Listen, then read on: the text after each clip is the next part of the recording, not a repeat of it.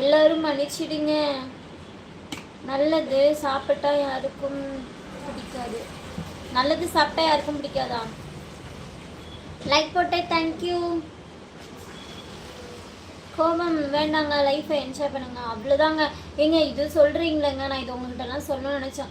நம்ம வந்துட்டு ஒவ்வொருத்தரும் கஷ்டப்படுத்தி வாழ்ந்துட்டு இருக்கோமே, இந்த லைஃப்பை பற்றி நீங்கள் கொஞ்சமாவது யோசித்து பார்த்தீங்களா?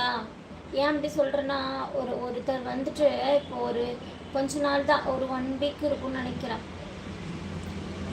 எங்கள் ஊரில் நடந்த சம்பவம் தான் இது, சரியா? அவங்க வந்துட்டு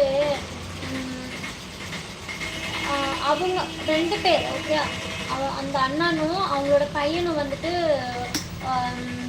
டெக்கரேஷன் பண்ணுவாங்க, ஓகேவா? அந்த இடத்துக்கு போயிருக்காங்க. ஸோ வந்துட்டு அவங்க வந்துட்டு கரண்ட் இருந்திருக்கு, சரியா?